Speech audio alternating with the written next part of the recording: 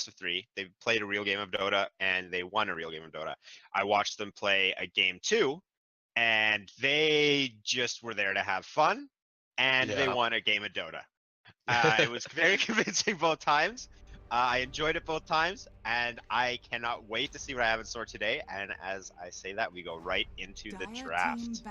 Yeah. As you said, when teams are feeling confident enough to start kind of flexing on their opponents, like that's when you know they know they're just here to have fun. They get the 1-game lead and they feel like it's a little cocky, obviously, and sometimes teams could pay for that. But if you feel like you're that talented, you're that ahead of the talent, then just do some crazy stuff. And another way I feel like we can always determine how good a team is by looking at how cool their flags are. And RIT, you see they have a non-conventional cutout. That's what you look for in a good flag. But the ferocious animal on UCLA is much larger than the ferocious animal on the RIT flag, Golgi. Is that ferocious though? I mean, the bears are scary, but that looks like a bear I become friends with. That looks like a bear who knows he's no chance of losing. That's like just a little like alright. Another thing to be said with these games, and especially getting clowny, is playoffs have a lot of momentum. There's just a small pool of teams. All the teams are keeping track of each other.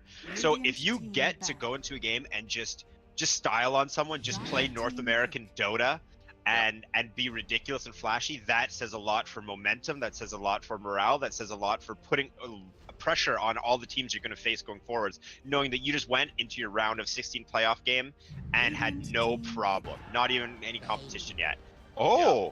We've been talking a ton about this hero in the first phase this whole year, and there is Bane picked up immediately. Hello, so not in the banning phase. Definitely, and we just hit a tiny little patch. Well, not tiny, a decent sized patch just right before this. So I'm excited to see what teams do. They might pull some sneaky maneuvers. So far, it looks pretty similar. Hello. So that is that was the EG Open from earlier, except I think they take AA Dragonite, and I guess they stole it from Liquid, I heard. But they take a strong laning support, and they take a Dragonite who can go to offlane, safe lane, or middle lane. So extremely flexible pick. It does reveal core, but it doesn't reveal what lane at all. I think it's very strong, and obviously picking laning supports early on. Witch Doctor can do tri-lanes as well, you have to keep in mind. He's probably one of the best tri-lane supports because of Cask. And Malden guaranteeing a kill almost. And Tusk, he's been, I think, probably the front runner of one of the most picked heroes in the... Gotta be the most contested roamer, I think, at the moment. Him and Chen, but Chen requires a player to have Chen. We saw him both games today at 4 PM as well, and actually no, he was picked in the first game, he did really well. He was banned immediately in the second game. So yeah, Tusk, a very strong hero that is impactful at any points in the game. Definitely. Tusk is... I've brought this up many times because I love to play roaming supports, or but I think roaming is very difficult right now. It's very reliant on actually getting kills, simply just harassing someone in lane and ruining their lane, but not actually killing them. I think hurts supports a lot because the bounty runes don't give XP. It just seems like you spend a lot of time running around between lanes and you start falling behind. Tusk is one of the heroes that from level 1 can reliably get kills because Ice Shards, the 7-second duration, if he can get an Ice Shards block, 7 seconds is more than enough to get a kill, whereas other roaming supports don't have the potential to lock down for such a long duration. And that's one of the reasons I believe Tusk is such a just like a contested pick, first pick, first phase, first pick. Roamer. It's a good point because, like as you said, he doesn't really need too many levels, and he doesn't need too many items. Like the other roamers that are out of the meta, like stuff like the Slardar, right? You need to get a blink on him, and you need levels on Slardar. But Tusk, as you said, level 1 Ice Shard is 7-second stun in the right direction, or 7-second root rather, and that's just absolutely beautiful. Of course, it did get hit with a nerf this patch, very minor nerf. What happened to it, Golgi? The cooldown got increased by 2 seconds at every level. So, not a big deal. Still a very useful. Night Stalker is a hero I've been seeing in pubs actually quite a bit, and I like it. I'm very... I feel like position 4 supports that can turn into cores if the game go late are very effective at the moment. Not a lot of games go late, but if they do, they there's still quite a lot of farm going on the map, and there is often room to get a support, especially position 4, some serious items and maybe even some ability to auto attack. Also, the vision granted by Night Stalker is great both for ganking and scouting, and it's such a pain to deal. There he is. Okay. There he is. Speaking of heroes RIT. that can do just about anything, a first pick Dragon Knight, second phase Pangolier.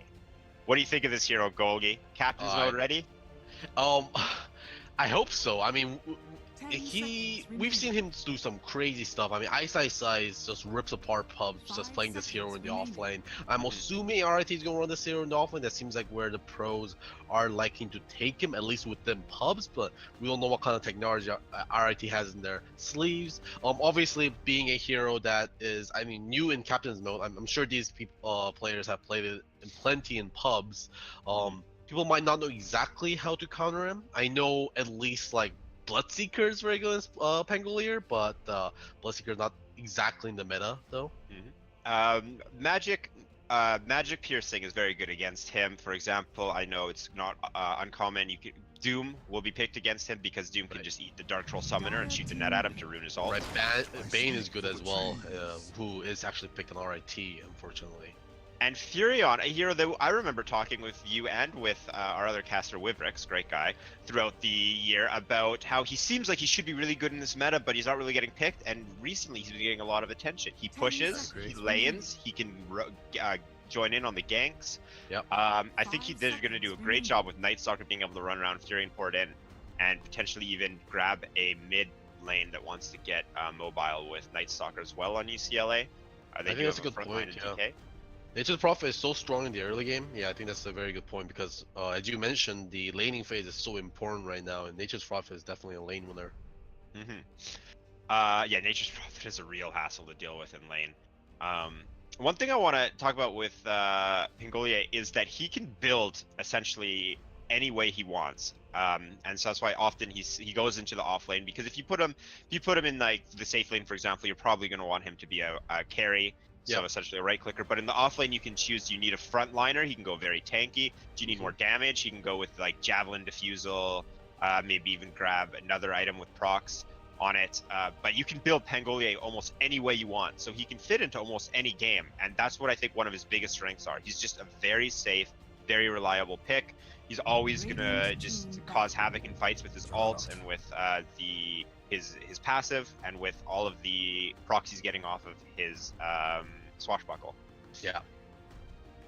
And there's the jug. So the first thing I do now whenever I see a jug pick is I think, can the other team deal with Healing Ward? They have Witch Doctor, long range hero. They have Dragon Knight, who turns into a ranged hero, and they have Furion, a long ranged hero. They actually do have ways to deal with Healing Ward. However, Juggernaut is still a very scary carry, and he is a natural Battle Fury builder if they choose to go that route, so he can break trees that Furion sprout. And it's kind of interesting with Nature's Prophet because it's Juggernaut is usually, and when it comes to later in the end game, he does deal quite well with Nature's Prophet, but there's always a case of the fact that Nature's Prophet can summon a bunch of units to be able to soak up Omni Slashes as well. Yeah, and Nature's Prophet can even build a Shadow Blade.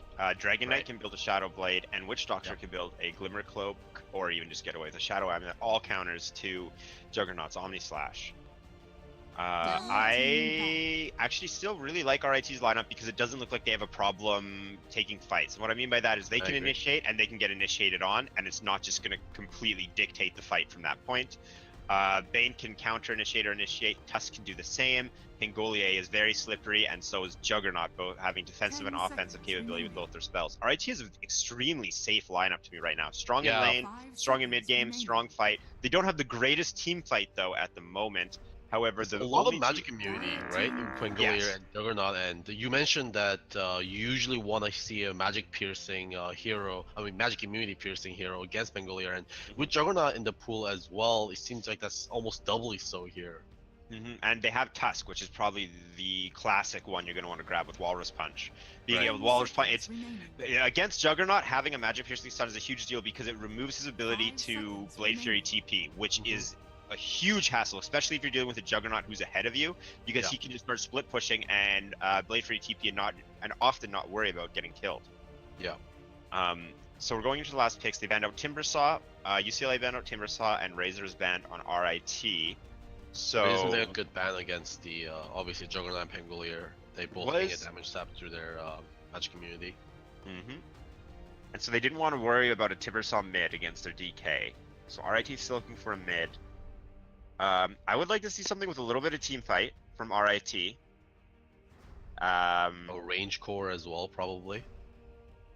Yeah, range would be nice too. Radiant team picks. I was just gonna say Shadow Fiend would be fine, wouldn't he? There's a lot of damage on that team. Goodness. There's the Evident Shadow Fiend. Evident, one of the fan favorites to watch. Of course, it's Evident. Although I must say I'm a much bigger fan of the Evident Rubik mid. However, I will settle for a Shadow Fiend. Shadow Fiend's a classic. In my mind, Shadow Fiend is like a top 3 just classic Dota hero. He's just iconic in Dota. I love that hero. I just love how he plays. I think he's just a masterpiece for my Strong. We'll see if UCLA can find a magic piercing hero. No, we have a game, Gogi. The RIT UCLA game. We have a Shadow Fiend. We have a Pangolier. We have a Morphling. This is gonna be a good one. Yeah, this game is going to be crazy. Okay, who does Morphling really do good against? I mean, he can take anyone. He's insane against Shadow Fiend. Seems really sweet. You waveform onto Shadow Fiend, which gives you an advantage with that initial burst of damage, and then he's in range for your full combo, so it puts a ton of pressure on him because you don't care about your races as much as Shadow Fiend does. It's the same as Rubik. Rubik just this is Evident Pangolier. This is gonna be a good game. Stealing Juggernaut, you get Healing Ward and Blade Fury, and if you steal Juggernaut's Blade Fury and cancel Morph, you keep Blade Fury on. So it's like having an insane.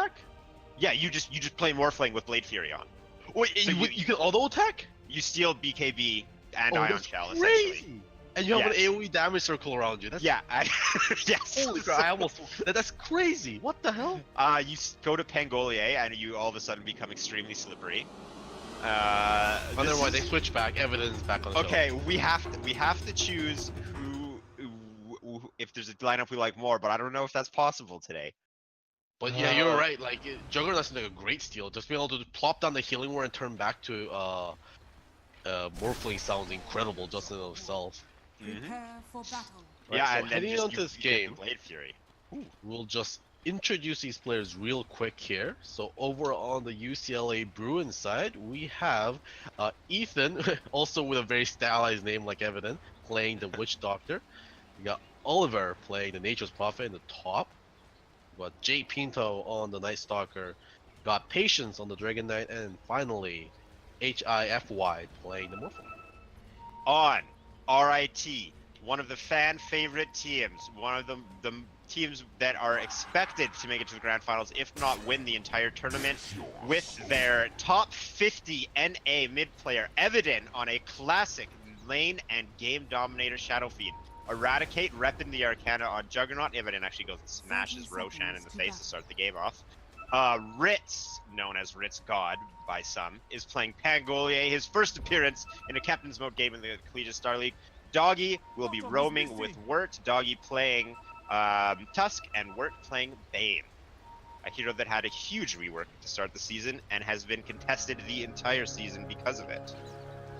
So there's a lot of pings coming out on the bot here. Looks like RIT are kind of, I don't know, are they flaming Ritz there by pinging him? I mean, he obviously trapped himself into trees with that swashbuckle. I feel like that has to be intentional, right?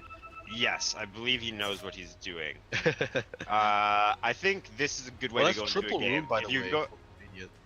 If you can go into a game with a smile on your face and joking with your teammates, that is the attitude you want throughout the whole game, and that's the attitude I'm assuming from the ridiculous pings coming out. Now, anything else fancy going on for the lanes, just try lane versus off lane. The classic of our 7.0 patch where off laners have to deal with pretty much suicide lanes. Yeah. A lot of pings. I'm trying to figure out where Pangolier is. Yeah, he's completely safe right now. Is he in XP range? We're gonna see this guy. I think he's half in XP range. Yep. We'll see soon. He's getting some. Yep, so he definitely is, but they're going to get denied right now. Morphling obviously a master of denies. He is in XP range. Wow, what a strategy. Yeah, Both the supports are just looking for something to do. This feels awful as a support totally. because The you support's don't know if getting he's even in nothing lane. done. Yeah, and they don't realize like that he's just right there. And Hi-Fi free farming 5-3 versus the Juggernaut, who is 2-2 actually. Oh, but Juggernaut still has some creeps from the first wave alive. And the lane is pulled back top, so Oliver is going to have to play in a very dangerous position while we see bottom RIT is completely safe, hiding in the trees. Ethan actually coming into mid lane against Evident here. He's not going to commit the cask, of course. It is a Shadow Fiend. He already has 6 souls within him, but if you can prevent him from taking a lot of souls here, that's a path to victory, but another... Doggy's coming on the flip side here to give Evidence some help. I like the Witch Doctor rotation, because as we said earlier, Witch Doctor is a max range hero. They might have a great Ice Shards here. Yeah, Oh, yeah. Immediately TP out. Very good insight there. Fantastic Ice Shards by Doggy, and that's what we're talking about. Not very many other roaming heroes could almost guarantee a kill there. He had to use his TP, the Witch Doctor. Oliver is actually right-clicking against the Bane here. Bane, the one that's going to have to run away deeper into the enemy base. Is there going to be an intercept for him? Looks like, yeah, Ward is just salving up. Yeah, Witch Doctor is coming in here. He has a TP. There's no creeps nearby. And Doggy's rotating down too. Yeah, he's just going to brain sap him over there, and then he's going to walk out. He's not going to pay for diving so deep into the enemy jungle. Quite a few little skirmishes and harasses, roaming, going around from the supports, trying to get a foothold in this game, make the first move, and get an advantage. Seeing what the other team is going to do in response. Now, coming up behind a Pangolier, we have J Pinto on Night Stalker. Yep, now Pangolier is exposed right now, J Pinto. Now can finally get his claws on somebody.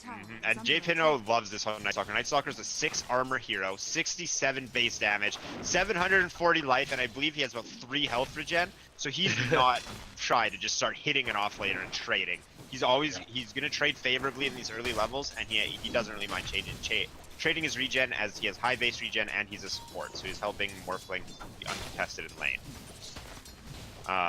Oh, already some stacks going out top. They missed the pull in the top lane for RIT, so the wave is actually going to push into Oliver, and he's going to be able to get some XP and some CS. In the meantime, we have Witch Doctor's farming a jungle stack. Interesting. Yeah, I guess he realized nothing to do. He got hit level 2 somehow, so there it is. He does. Oh, Oliver gets caught out top. Oliver's in an awful lane is going to Oliver trying to TP out, but the snowball is there level 2. Oliver's trying to TP out again, but the nightmare is there. There's so much CC. Give it to Juggernaut. No way to escape. Ward is just right clicking down. Juggernaut didn't have the range on his sword. Juggernaut could have probably stepped in front of him, but wanted to stay close to his creeps. But they're gonna be happy with that first blood there. So sad trying to TP out like 3 or 4 times, constantly getting cancelled out. Yeah, the great lineup, Bait and Tusk for that. 2 interrupts for Nature's Prophet's teleportation. And Evan gets a regen rune after just hitting a 2 raise combo on Patience. That's a big deal. As he knew it was there, and that's why he spent all his mana. Evan is about to get roamed on now, though, by Night Stalker and Witch Doctor level 2 and level 3, respectively. Yeah, they are smoked Oh, out. they're in a great position to come up behind him. Evan that smells something, though. He realized supports are missing, so he's gonna get himself out of there. And it's nighttime, and all of a sudden Night Stalker's missing from lane. What could be going on? Yeah, and look at him just spamming well played, and laughing. Yeah. That's at us, I feel like. He's connected the dots, and now here comes the supports coming back bottom. RIT doesn't know about this. Ritz is notoriously difficult hero to kill. Yep, here it is. He slowed down. Now the cast coming in for a small stun as well, and the waveform is going to be enough for Hi-Fi to take that one. Maledict Waveform is a great combo early game. Maledict is just an insane spell from level 2 on, and Waveform is a high amount of damage. It happens in a burst, and it's also easy to hit because of the range. So I think we're going to be seeing that combo a lot. And Witch Doctor, oh, here we go. Evan has finally been found out. Right now, they're going to go into again. The cask bounces. They're not going to be there. The Maledict does land, but no additional damage coming in. The snowball is going to go to J Pinto. A great Ice Shard is going to block him for a little bit, but no follow-up as well. And Evan just plays it cool. He has Maledict on him. He doesn't want to commit, take any extra damage because it's all going to be extra valuable. And now we have a Dragon Knight starting to hit the tower with his ult up. And J Pinto wants to rotate in from behind. They're not done here on UCLA. Evident again. Yeah, here they come. There's a Dragon Tail coming in, the cast coming in as well. The snowball saves go there just for a second, but Evident is burning down from the poison breath from Patience. Now Patience trying to run away. The shard is going to block him up. He's going to stand and try to fight. TP out. Nice. Again by Ward with a great TP. He's going to hit him while that's happening. He's going to Dragon Tail and start walking out. Now that this is where the cooldown on the ice shards could come into effect, but he doesn't even have the mana to cast it, so Patient Might should see be able to Nami walk out of there. And yeah, Juggernaut playing up on. In the meantime, Juggernaut just bullied Nature's Prophet right out of lane. With level 6 versus level 3, he just chased him down, cut him up, spinned him out, and Nature's Prophet had nothing to do but leave. Not sure if Juggernaut has Omni Slash or not. Juggernaut did opt to pick it up at 6. In the fight. of course, Nature's Prophet can obviously come back into lane pretty easy, but now Juggernaut is looking for a kill with the Omni Slash. He is hungry for it, looking for Oliver within the trees. Oliver is juking and driving so far. Eradicate can't see him, but he finds him. Finally, he can make creeps. Yeah, he doesn't make the creeps, he does dodge, and one strike from it. That is going enough to keep him alive for now. Now J Pinto coming in, but Eradicate does have the Battle Fury there. J Pinto still chasing after him. The slow is going to come out right now. Ethan right behind him. Cass comes out for the small stun. Maldy coming out. Eradicate might pay for his transgressions here, and now there's no enough damage for the Maldy to finish him off. Evidence stacking in the jungle. Already has a double, turning it into a triple. Very good use of able to get him souls. Oh, high five bottom. Oh, there's going to be a waveform into the bot lane. And that was Ritz with more. Now Doggy is coming here for revenge. HIFY start morphing strength, and I don't think Tusk has enough damage to be able to kill a Morphling. Now we discussed Shadow Fiend and we discussed Juggernaut as morph targets. I don't think we gave enough attention to Pangolier, who is able to get a mobility spell with high damage, Swashbuckle. He's able to get another high damage spell, Shield Crash, and Morphling keeps the buff. The buff is persistent after Morph ends. So Morphling had Waveform, he had Swashbuckle, and he had Shield Crash to cast on his opponent. There's going to be another kill onto the mid lane, just to support though. Patience is going to be using this to be able to push, and Oliver of course comes in with his Treant army. So it comes a 4-5, but there's probably little that RIT can do to prevent the loss of this mid tower. The Dragon Knight, the Night Stalker, and the Witch Doctor all very scary early on. Evident waiting to set up a combo. Evident is going to silence. Oh, it's going to be a good cast. No, but there's a snowball is going to come in to stop that for now. It is daytime now. Night Stalker losing a lot of his power. Evident now turning around, realizing this. J Pinto takes huge amount of damage. He's about 300 health right now. The war is going to just brain sap him away. And how are we looking in the meantime? Eradicate 7 is currently sitting at 45 CS, playing us Oliver 17. In the off lane, we have a level 7 Morphling who's sitting at 49 CS against a Pangolier 22. So pretty similar in the off lanes, actually. Yeah, HIFY actually here he goes again to Ritz right now. HIFY doesn't have the morph like last time to be able to finish off that kill, but it is going to sell Ritz into his shrine to be able to heal up. It's going to buy him space. He gets the lane to himself. He has Perseverance, and he's actually going for Boots of Travel as his first item. So he wants to be mobile around he wants to be part of the game right away. He doesn't want to be sitting around just hitting creeps. Yeah, his team has huge push potential. So especially with Oliver, who can he can teleport in on Treants, so he can be in every fight. For sure. Yeah, he can be farming and then just appear out of nowhere, morph into someone else, and do some huge amount of damage and go back to farming. Now, RIT is doing a fantastic job with stacks. We see Evident creating some. Even in the side jungle, there's a medium camp has been double stacked. Ancients haven't been touched yet for RIT, but they don't have a means of clearing it just yet. Is it going to be a Battle Fury on Juggernaut? It is. So they have 2 stack clearing heroes that are going to scale with their ability to farm. There's going to be a smoke, by the way, on the Tusk and the Bane. They're going into the bot lane. They do want to kill this Morphling before he gets out of control here.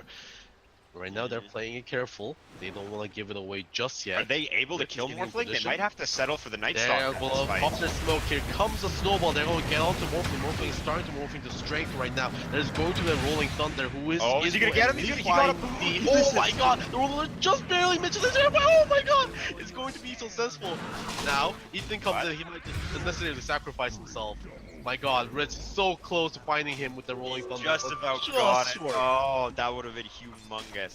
So turn radius, man. With Morphling has an insane amount of damage because he can swap his health for it, and that's why he was in danger there right away, got bursted down low. But he's still a very slippery hero. He is made out of water, and he has Waveform, which he can use aggressively or defensively. He can also then attribute switch to Strength if he needs to get out of the situation. Mid lane, Evident has Invisdrum standing around outside of Patience. He's going to get the 1 raise, 2 raids, and 3 raids. Ward just wasn't in position, but no, that what a game. Range on the brain sap. Thanks for showing up. Oh, meanwhile, HIFY gets revenge on Ritz. With that, he didn't. Yeah, he used the morph cooldown. So unfortunately missing that cool sequence of skills there again. They're going to be able to find Tusk in the mid lane now. There's going to be the cast coming out, but there isn't going to be enough bounces to keep him around. And what do they use there? They have Malediction was used, and Castles are not the longest cooldown spells, but it does buy a little time. RT is just going to back off. They're marking that they want to go mid. Evident retreating to the jungle. No stacks to clear at the moment, but there's always camps for him. Moving up here, level 11. He has quite a bit of money on him. Has not queued up an item. He's going to go. Yule's is the common one. There he goes. He's actually queuing up a Shadow Blade. Likely going to turn that into a Silver Edge, potentially here. It's pretty good against the Dragon Knight. Yes. It will slow down the Night Stalker as well during night. And it is a very easy way to gank. Vayne even being able to set him up as well. He does have to keep in mind though that Night Stalker almost always is going to grab some sort of True Sight. So there's a very obvious counter to Shadow Blade on UCLA. And it wouldn't be Dota without a pause. Yep, there is going to be a small pause here. Nature's Prophet disconnecting. Patience did pick up a Blink Dagger on the Dragon Knight, so he did go for the Dragon Blink first. So which does mean they want to pressure early because Dragon Knight obviously is very lacking in damage, especially if you go for an item like Blink Dagger. But he can be a very good initiator with it. So they want to abuse the fact that he put 3 points in Dragon's Blood, which is going to give him like the equivalent to stats, tanking him up. Yeah.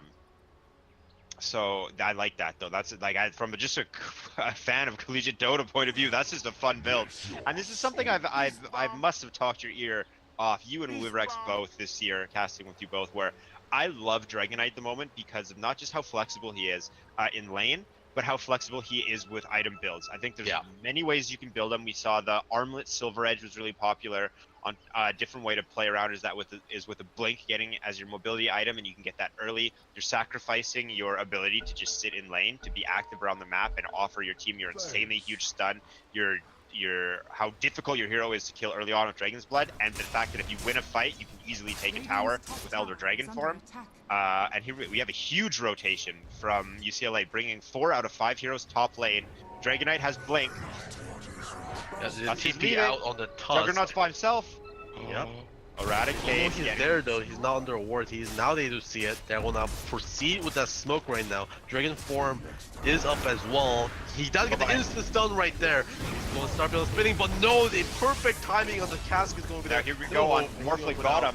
The response. They want revenge. There's another smoke there. HIFY. Gotta get out of the There we go. There, he can't even more strength. Rolling Thunder coming in for good measure. Doggy coming with the punch as well, and he has no chance.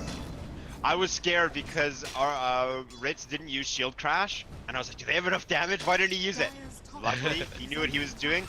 He used that little crevice on the right, top of the lane to turn right around. I love that. It's such an interesting hero how his spell works. Yeah, that Rolling Thunder works like nothing else in the entire game. It's crazy. It's just a fun spell. I love its interaction with Blink Dagger too, where you can just get the double hit from Blink Dagger. And actually mid lane, oh no, he doesn't have enough mana for Death Ward. Oh, it's going to be a roll in though onto the Witch Doctor. The punch is going to be there. That's a double damage on Doggy, by the way. He just gets a solo kill. Doesn't even need evidence. No. I was gonna say, and they got a TP from DK. He just shows up, no Dragon form for just under a minute. And Oliver, look at this. Oliver had a not the worst time, but a rough time in lane, and look how much pressure he's putting on RIT right now top lane. He has it all the way pushed into their T2. With just a drum. Like, what a reliable pick, Nature's Prophet. He's causing so much pressure, creating a ton of space. That's what the hero does. And if they want to fight anywhere else on the map, he can show up. Nature's Prophet is being played essentially how you want to play Nature's Prophet this game. You're just an extremely annoying hassle on a hero that can farm and actually turn into a core. So it's just causing pressure now, is causing pressure later as well. On the bot lane, oh my god, that's a beautiful scan there. He's going to be able to find 3 heroes. HIFY knew he smelled something, so he's going to stay safe, especially knowing that someone is waiting for him right above his head. Let's go force a rotation out of his supports as well. Nature's Prophet canceled his TP, he was coming in, but decides not to take his darkness. And here we go on RIT. Starting to go, and J Pinto silences him up, but not quick enough. The swashbuckle isn't there in time. One thing to keep in mind with the position 4 interaction is that Ice Shard's a spell that top lane Evident actually just completely whiffs his Requiem of Souls. Oh, it just leaves, embarrassed. Yeah. Oh, bottom lane, Still here in we the go. bot lane, there's going to RIT is going to be completely taken up before he can use his ulti. Now the Maledict and the Death Ward is going to be started channeled up, but that isn't going to be a good story for Ethan. He's going to be able to go down. Now there's going to be a Rolling Thunder coming onto Patient, of course an Omni Slash as well, and it's going to be a Dragon Knight kill. That was also a buyback committed on RITs. Oliver is getting caught out. No. Now, a buyback was committed. The XP went in favor of RIT, but the gold in favor of UCLA, which is understandable because of the buyback. Tusk actually did 900 damage that fight. That's insane. What I was going to say before the fight is that with position 4s, Tusk relies heavily on ice shards, which Night Stalker can fly over, which definitely influenced the pick. Never mind. Bottom lane though, yeah, picking off Pangolier to start the fight is a great way to start it. However, they can get it deep for it. Evidence now gets silenced up as well and has no chance of getting out of that one, especially without the Shadow Blade. He actually decided to go for Blink Dagger instead. His lane is rolling over onto which, oh my god, he just gets absolutely blown apart. He got launched into space with that Walrus punch. He didn't come back down. He's gone. He did not find Earth's gravity. Soon enough, the tower will be gone as well. A lot of things coming out here from Evident. Evident's mad that he died. He wanted to be part of this. Pushing a tower in mid. GG. Oh, Evident called GG. Admin, he's calling GG. Is he Discord right? Oh, is it GG? Oh, yeah, he's done with his team. Awful players, really. Dire's bottom tower is under attack. And now he's pushed top. I like how Evident's talking to us. Yeah, and Nation's Province. No, not going in. Now, these Eradicate decides not to go. They still have a T1 in top and bottom for UCLA, whereas RIT has lost every single T1 and has a little bit of damage. HIFY morphs into Pangolier, actually doesn't do anything with it. That's a weird spells. Trying to figure out what they do. Just reading them. What does new hero do? Yeah. And here we go, bottom lane. Second attempt from Evident. This time he brought back up, going for the bottom tower that he failed to get last time. His supports are smoked, roaming the jungle nearby. Evident's going to show up in lane. Not a Shadow Blade as he recently queued, and you pointed out a Blink Dagger instead. A much more classic Shadow Fiend build, followed up by the Yules. That is the classic build at the moment. With smoke in the mid, meanwhile, coming out from the Bruins. They're going to be rotating to top. They want to punish this Juggernaut again, but looks like Eradicate is learning to play a little more safe here. The scan goes out, they do not see anything. It's a difficult choice, a long run back to safety, but Eradicate actually... Oh, Eradicate just shows himself, blinks it. Oh my god, he dodged his Dragon Tail perfectly with that spin. He cancels the TP though, but Bay cancels his TP.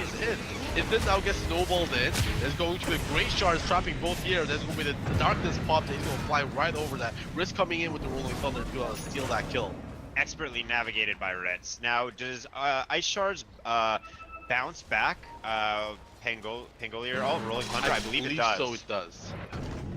It counts as a terrain, so yeah. I know it also works within the Clockwork Cogs as well.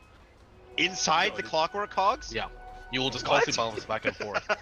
That's actually hilarious. I haven't seen it's a perma-stun, but sometimes you can push the enemy out of it by doing it. Yeah, fair enough. And they're going to find the Bane, who was actually on a warding mission. HIFY is going to love finding this. Wow, he's a tanky Bane. Can he deny himself? No, HIFY has the Adaptive Strike, so he won't be able to get that deny.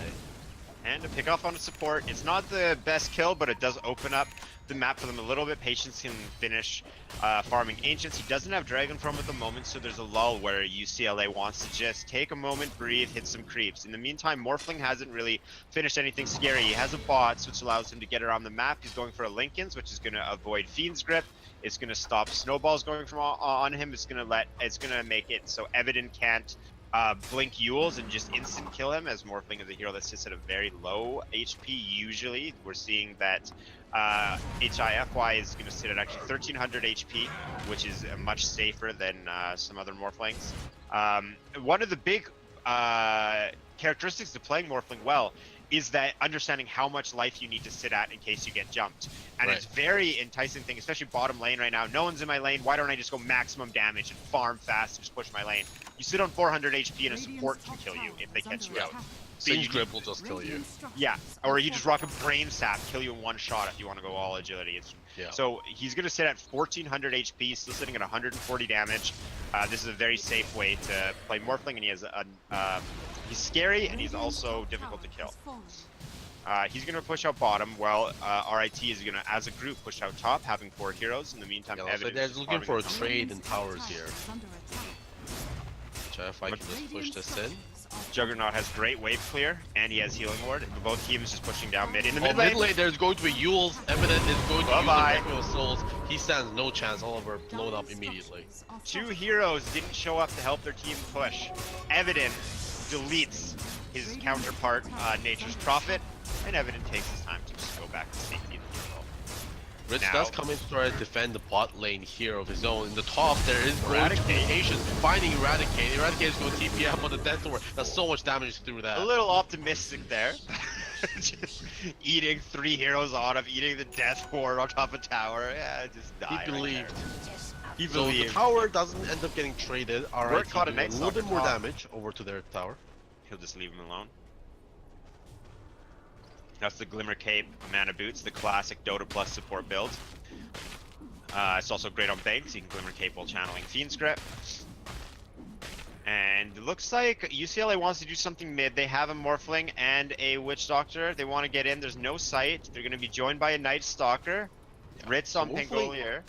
Is going for this damaging build. He did go for a... Here we go mid! Actually, that was silenced him. He can't even swashbuckle out. HIFI morphs into the Morphling himself. RIT now uses the Glimmer Cape to be able to get into rolling on their jumps high ground build, escape in style. No problem. And just great use of Glimmer Cape, trading Bane instead of your position 3 offlaner, your position 5. That's if you have to trade a hero, you want to be your 5. And Pangolier has a lot of money as well. He is going for the MKB damaging build here. Ooh, I love that. Lots of damage. But he does pick up the Blink Dagger first, though. That's something you were mentioning. Bowling Thunder can rapidly change directions with that Blink Dagger. His team fight, it becomes insane with Blink Dagger, and that's another reason I love this hero. He can go team fight, he can go tanky frontliner, he can go glass cannon, damage dealer, and I think that's the most scary thing about him, is every game he can play different. Every item is a huge deal. Almost like every item's viable on him. You can't make a mistake on the hero. Everything is good on him, and that's one of the reasons. HIFI Evident runs into each other. Actually, they're just gonna bounce off each other. They don't want to commit to anything. Now, HIFI does have the Lincoln Sphere as well to make sure he doesn't eat a random Fiend's Grip and die. Yeah, and he's gonna go for Butterfly, the shotgun build. I like it. No, he has a safe build up. So. Checking out net worth, we have the Shadow Fiend top on net worth 12,000. About 800, 900 behind him, we have Morphling. And then behind Morphling is Juggernaut, who is near the Dragon Knight, but still 1,000 ahead. So 2 of the 3 heroes on RIT, but it is not insanely RIT favored, as position 4 and 5 are for UCLA. They're off laner and they're mid. So there's going to be a lot of Blink Daggers here for RIT. Eradicate is looking to get a Manta Style and then Blink Dagger right after that, so at least 3 Blink Daggers getting looked at right here, and will not be surprised if Tusk also picks one up for himself later on. It's a great way to save people on Tusk. If you go to blink in and get the snowball and just let it sit the full duration there, the 3 seconds, you can keep someone safe. Eradicate once again pushing out top. Pretty good. Hopefully this is more fruitful than last time Eradicate was top. The tower is very low HP. Eradicate's actually just going to back. He doesn't want to deal with this. They're going to try and make it. RIT's going to try and make it play bottom on the Morphling. Tower actually takes a lot of damage. 58 health left on the top tower. Yeah, looks like there's going to be rolls on their sides to come in. There's a Blink Dagger we're talking about, and a perfect setup for the Requiem, but it isn't enough. HIFI tries to TP out, but the rolling snowball is going to be there. HIFI is going to take the right clicks, and he's going to go down. Not going to be able to morph enough strength to save himself. That is a ridiculous combo. That's why they got the Blink Dagger. They can just do that over and over. That's not hard to pull off. Shadow Fiend and to start a fight. Oliver actually gets found by our RIT. RIT's doing so much damage to Oliver. Oliver is slow down. Jay Pinto finds that there is going to be the ambush right now. He does eat everything where the Melodic could take it away on him as well. But in the backline, everything comes in and completely cleans on the backline. And Omni Slash is going to find Jay Pinto. What? Speaking of eating everything, RIT just eats UCLA's lineup when they think they're in a safe spot. Yeah, it's like a Pac-Man, like waka waka waka. Yeah, it just eats everything. You just see the raises come come up and everyone on UCLA goes down, they're gonna go for this tower. Oh, now they here we go. find Not on Dragon the as DK. well. Evident does not have his Requiem. There's going to the Fiend's Grip though. There's gonna be triple raise coming out, and he Easy can triple survive raise. this. He has armor, but not magic resistance. And even Doggy with the great ice shards going for the perfect 7-second lock-in. They take mid tower. Top tower is very low, however, they have to do a backdoor. 58 damage through backdoor protection. See if they go for it. Evident actually just opts a jungle camp. This team's going to back up to Roshan. UCLA will be up shortly with everyone but Dragon Knight. Here comes the Roshan attempt. I don't think UCLA can contest this. They normally would use Darkness and have Night Stalker scout on in, or even send a Treant in. But without Dragon Knight, I don't think they want to take this fight. Yeah, and it doesn't look like UCLA is just going to grab the jungle camps. So this is like the first significant lead in this game so far. It's been pretty neck and neck, but after those great maneuver from RIT, now a 6k network lead here for RIT. Obviously not an insurmountable lead here for the Bruins, especially with the powerful cores against Skeletal Lake. Oh, bottom lane, here we go, Evident. That is going to be another wreck from Oliver. Barely survives, but Evident predicts where he's gonna go, gets the raise, kills that Nature's Prophet, no problem. Just takes one out. Now that's more time for RIT to pressure. They can. Top tower gets denied, and bottom tower is about to be pressured while Oliver is down. And I love how Rich just always mans up. He's always on the front line. He's not scared. And I think it's great because he does take a while to kill. He offers a ton of damage output. Even if he dies, he's still going to get a lot of damage and potentially his Heart Piercer on the enemy. He's a great bait, I believe, for RIT. Because of how much damage the supports can do if all of the spells from UCLA are put on someone else, like Ritz. And we even just saw that at the Ancients. Morphling desperately trying to farm. He really needs his E-Blade to come online as a carry here, whereas Evident has Blink Yules. He can start killing people, and Juggernaut's just a hero that can apply pressure in any lane. Another actually pretty crazy thing I just realized is Pangolier, his Heart Piercer is so good against Morphling because it drops your armor to 0, and Morphling, a hero with insane amount of agility, kind of relies on that armor. Yeah, exactly. What a hero. What a hero. What's he going? He's going for Yules, actually. So is he looking to help set up Evident? If Evident can't use his Yules? I've never seen the hero go Yules before. I'm excited to see what he does. It's so weird. He currently just has a single Javelin right now. I thought he was going to at least finish his MKB or a Basher or something. But yeah, he does have the Yules queued up. I do like the one Javelin. He doesn't need to be all of the damage output for RIT. And just one Javelin has been doing fine. They're going to be able to find Oliver with that dust. He does have the Shadow Blade. He's trying to walk out there. Oh, he actually gets this. Okay, the Eradicate. Oh my god, he actually TP's out. Eradicate was trying to get the Omni Slash onto him, but that perfectly timed Sprout was able to save him. And well, the blink from Juggernaut that just went beside the trees. Yeah. Wasn't help. Don't know if that was a little bit of a positioning kind of bug there from Dota's side, or he just kind of misclicked his blink. He might have even hit his blink and thought he hit his Battle Fury to break the tree. Very true. Potentially. Now pushing it on to the high ground here from two sides, in the mid and the bottom. And they don't have Morphling. He's just out pushing top, farming. He just finished his E-Blade. Yeah, he has his E-Blade, he has his bots. E-Blade potentially was revealed to RIT there, so he was seen for a second. But it was very short. Yeah. I think they should have getting pushed in. It's just easily clearing out that wave with that swashbuckle. Eradicate's actually very cocky right now. He has no one behind him if he gets jumped on. There's the healing ward getting used right away. He's going to kill it. He's going to find the Juggernaut with the stun. He does have the Aegis. He's going to be able to purge off the silence off himself with the Manta. They're going to be doing 2 spins on top of each other, and it's going to back off. Evident's just farming his jungle right now, so I don't think RIT wants to commit to this. Evident's almost level 25, though. Keep that in mind. That's insane. I guess, like, for example, level 14 Night Stalker. Yeah. So, and level 12 Bane just has their first talent. Evident is about to pick up his cooldown reduction. Oliver was trying to cut the wave. Our RIT actually commits to Rolling Thunder thinking that Oliver is sticking around, so that's going to be that cooldown will bit off for a little bit. It's not too long. It's going to be 1 minute down. Would Oliver this now be? keeping bot. I was thinking about if Shadow Fiend never goes 2 damage as well, but 40% cooldown reduction is ridiculous, especially with things like BKB and easy Requiem setups. Yeah, he does go for it. And the Shadow Actually, Rays, HFI, he does find them. Here comes the Requiem Mules combo, and he does not even stand a chance. Jeez, the kills that RIT have been getting this game, they've just been melting people. Even they're just going to find top lane. They're going to find the Penguin leader in the top lane though, but meanwhile on the bot, their tier 3 is getting pressured. I mean, that's a trade you'll make. Quick with that combo. That was a blink and a force to cancel the Lincolns and immediate Yule without being able to react. There's going to be the Fiend's Grip now coming on the Dragon Knight. Eradicate is going to start spinning onto a snowball coming in as well. Evidence is going to be able to blow him up easily.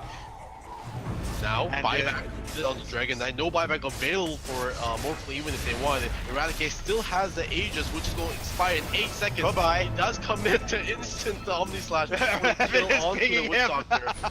Patience now is going to stun him up. His Aegis is going to expire very soon. There is the horn there. Now he does back up knowing that he doesn't have the invincibility. The cask is not going to be able to bounce onto anyone. That is going to be just about 75% damage onto the tower. 1 buyback committed over onto the Dragon Knight. 2 and Witch Doctor. Oh right, even Witch Doctor bought back, so huge amount of damage done. Huge goal. That was a 2,000 net worth change overall, and no experience gained for UCLA. Well, top lane, they're going to find Oliver again. Evident. Oh my god, and the protection yet again with the blind rays, being able to find the Nature's Prophet. And Evan is going E-Blade. Evan just picks up 40 cooldown reduction, immediately queues up E-Blade. Oh yeah, I mean, yes. Just constantly go for cooldown items with that insane talent. That's absolutely crazy. And with the level 20 Shadow Rays talent too, it's just even silly to consider going to 3 damage per soul. As fun as that one sounds, Shadow Fiend's one of those heroes where he has 2 great 25 talents, but one of them just outshines the other. Yeah. Something that honestly surprises me every single time I watch RIT play is whenever they take a lead, they take a mile. Like they was like 6k net worth. Actually, HIFO I guess found the evidence. Oh my god, huge amount of damage from the E-Blade. Evident is trying to kill him. They do Yule's cancel the TP. Evident gets another raise on him. There's 4 raise stacks onto Morphle, but Morphle is able to get out with that stun from the Death of Strike. Now, lose a Witch Doctor. Wants to kill the Witch Doctor. Witch Doctor doesn't stand a chance. He doesn't have the health to be able to withstand Evan that. wants more. Evan is so mobile with those cooldowns. 4 seconds left on the E-Blade as well. There's a waveform, but now there's going to be the ward to be able to steal the kill. And the rate of things come down over his head. There's going to be Evidence from now over the Dragon Knight. Dragon Knight is going to be able to break that and start running away. Evidence does use his Requiem of Soul spell, huge amount of damage. Gem Suicide gets dropped by J Pinto. Now Rolling Thunder is trying to get out of here from all those buyback. There is the E-Blade committed, and Penguin just barely survives from that. Into FY, now trying to right click away to Juggernaut who's spinning. Evident is going to be able to blink in and get the rage to be able to get another kill. Beyond God, like a double kill for Evident. Now, punch over to HIFY, who does morph into the Pangolier. He's trying to go in there, shield crash. He does turn back into the Morphlin with that buff onto him. Waveform's out, still no kills right now. First melee axe does go down. And the other is being pushed in slowly. HIFY, he's gotta be careful. He is in a morph form right now. Now, is RIT just gonna back out as they've been doing a very disciplined play? Kill, there's a Depth of Strike and the shot get acquired. Don't take him. Evidence already gone. I love how Evidence always so fast, and you know, to point out again, all of RIT is very talented. Evident being a top 50 player, you can kind of see with small plays. Evident immediate, there's no reason for him to be there, he's gone. He doesn't lollygag, he doesn't screw around, he's already out farming again. And this is one of the reasons that he hit 25 before any other hero on the game's level 20, I believe. Yeah. This is what I was saying before the fight happened last time. Every single time I see RIT in a game, that whenever they start winning a game, they take a huge amount of like mile off of it. It was just a 6k net worth lead, and they took over the map control, and everything farmed so effectively without having a huge team fight after that 6k net worth swing. They just extended that into a 20k net worth swing just by farming the jungle.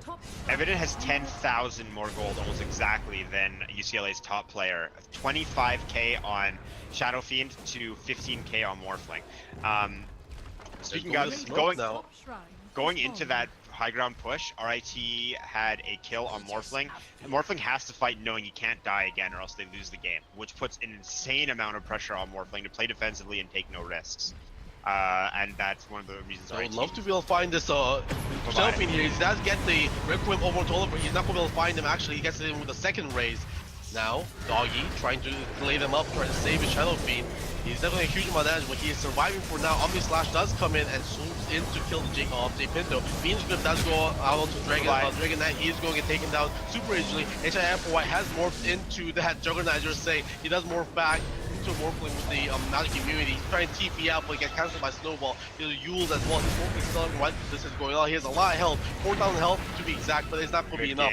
And GG gets called after that 5-wipe, losing no one. Evident with 13-2 and 13 shining in this game as I think probably the MVP of this game. Just ridiculous. That was first of all, what an entertaining game. Back and forth early on, both teams just kind of playing with each other. We saw a lot of roaming, a lot of small fights before we even saw first blood.